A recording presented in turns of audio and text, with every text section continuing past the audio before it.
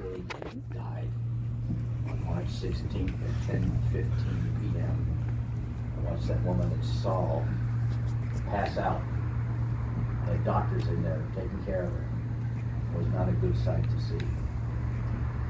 I had a gig the last week before Dick passed away. I'm a pretty strong guy. I'm thin, but I'm strong. He grabbed my right hand and he squeezed the hell out of it. He says, Joe, there's one mission you have.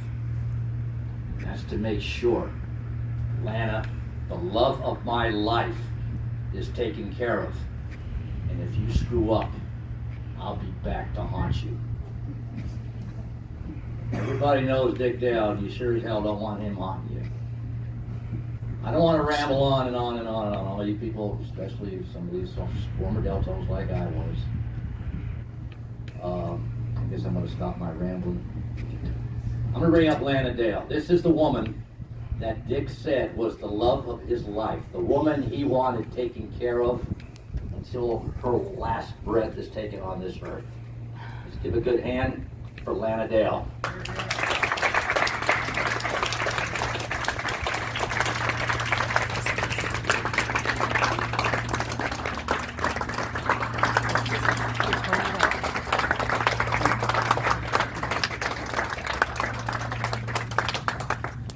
I'm going to try to speak.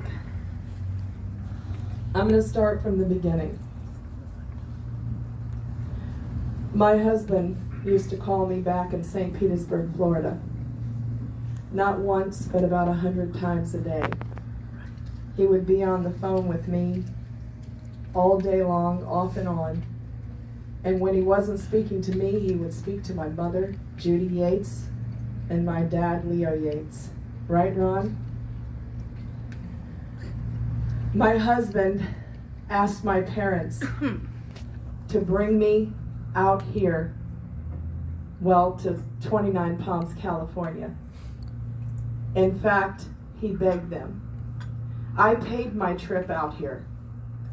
I didn't ask my husband to pay my trip out here.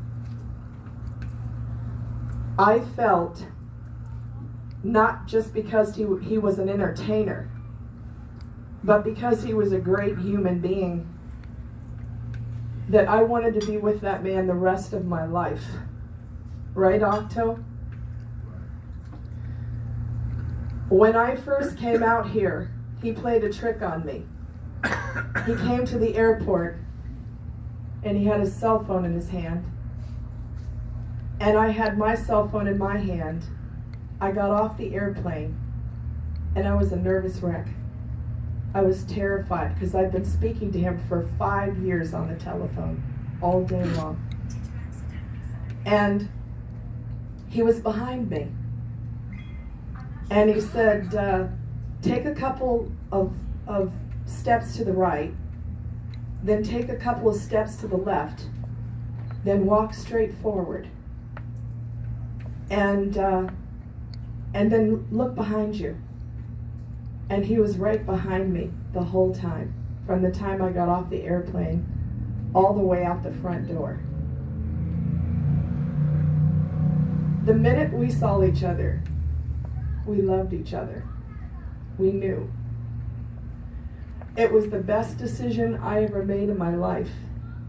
And he said it was the best decision he ever made in his life. He used to talk to everybody in town. He would speak to all the Dick Dale music lovers. We would take them into the green room. We'd tell them the stories. They'd laugh. We'd all cry. We'd all hold each other. Dick Dale music lovers, to me, are family. They're my life. I hold on to them because they are who get me through all of this. I couldn't ask for better people. And there isn't a day on Facebook that I don't say, Dick Dale music lovers are everything to us. They mean the world to us. They kept us going. They paid our bills. They are who purchased the tickets and who put Dick in the place that he was in all these years. 65 years. I wanted my husband to see this day. I need him now as I needed him then. It's a love story all over the world. Yes, a love story all over the world. And a deep, compassionate love story. Right, Joe? There isn't a day I didn't spend with my husband. I wouldn't even go home to my mother and father because I didn't want to leave my husband's side. And I lost my mom last Friday. So within 7 weeks, I lost both my husband, who's the love of my entire life and the only love of my entire life, and I also lost my beloved mother, who meant the world to me. And Dick and she were extremely close. My father and Dick were extremely close, and when Dick passed 7.5 weeks ago, my father couldn't take it. He wanted to be here today from St. Petersburg, Florida, but when Dick died and my mother died, something in him died. I hold on to all of you, and I will for the rest of my life, because I need you there. I need your kindness. I need your compassion. I need your love. I need your support. I managed my husband. He asked me to manage him years ago. I said, "You've managed yourself all these years, you don't need a manager." He said, "Yes, I do. I need you to manage me." Why? Because you believe in me, Lana Dale. You care about me. You're there for me around the clock. He said, "You do great PR for me." Well, I didn't think so, but he did. And imagine a perfectionist like Dick Dale telling his own wife, "Thank you for all these wonderful stories and all of these wonderful things that you say about me." What a great feeling.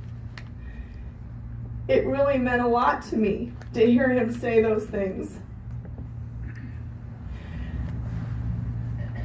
It's hard for me to wake up in the morning because I'm used to him being there. Because the night before, when we'd go to bed, his hand would come out from the black chair and touch my hand. Octo used to come over and watch, and he'd say, "Oh my God, you two never stop." And that hand's not there at night. And I have to go to bed, and I have to watch television and lay with the dog. Thank God I have the dog. But when I had him, I had everything. We could have lived in a shack, and I would have been happier than heck.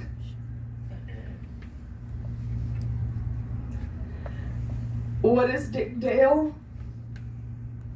Dick Dale is all things possible to me.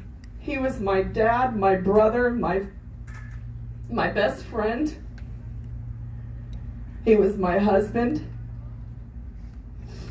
He was my life. And he'll always be my life until the day I die.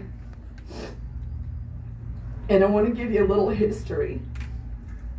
In 1954, my husband, his sister Shirley, his mom and dad, they drove to Hollywood, California. And Dick's father pushed him into the business. Dick didn't want to go in the business. He wanted to be either a doctor, or he said at one time he wanted to just do metallurgy for Howard Hughes. And he did work for Hughes Aircraft just as his father did. That's why they came out here, because his father got a job with Hughes Aircraft. From there, my husband stood on a soapbox in 1954 with the great Art LeBeau, who's a well-known disc jockey in Southern California. And they compared him to Elvis. Why? Because he moved all over the place. He had great energy. He was capable of playing every single style and genre of music. He played every instrument self-taught. He never took a lesson.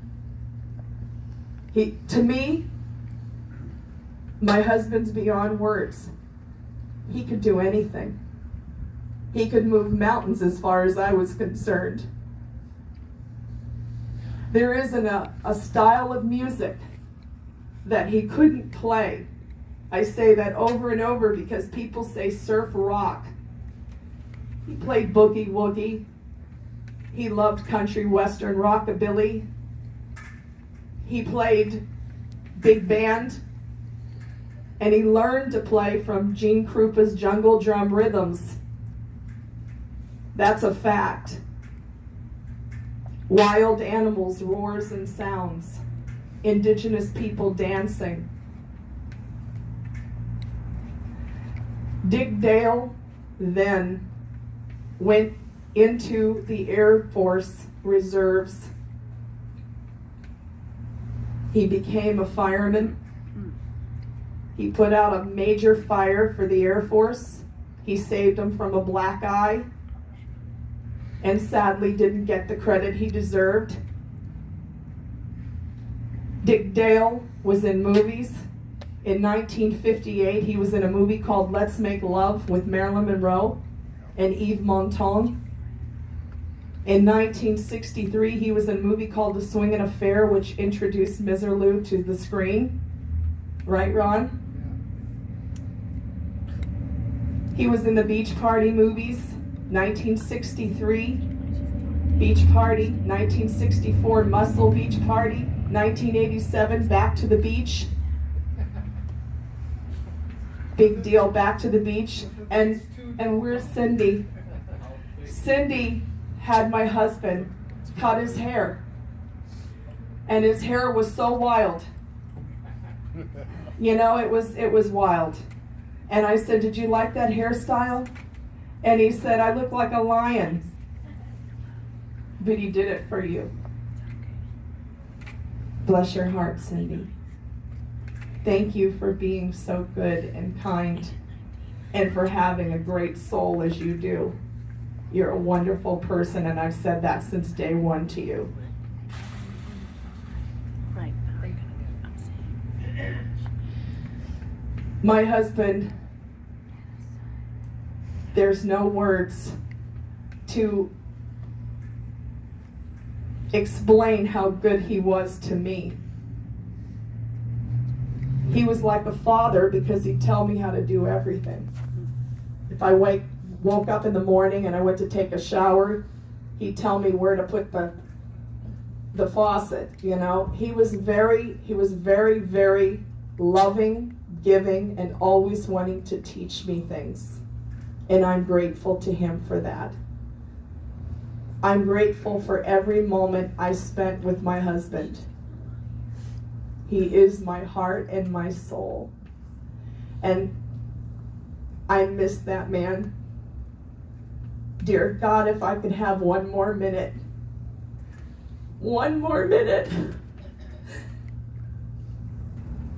So I want to thank you for coming. For being so kind and supportive. And he thanks you, I know he does. Because there's nobody on this earth like Dick Dale. And there never will be again. He's a hurricane. Thank you.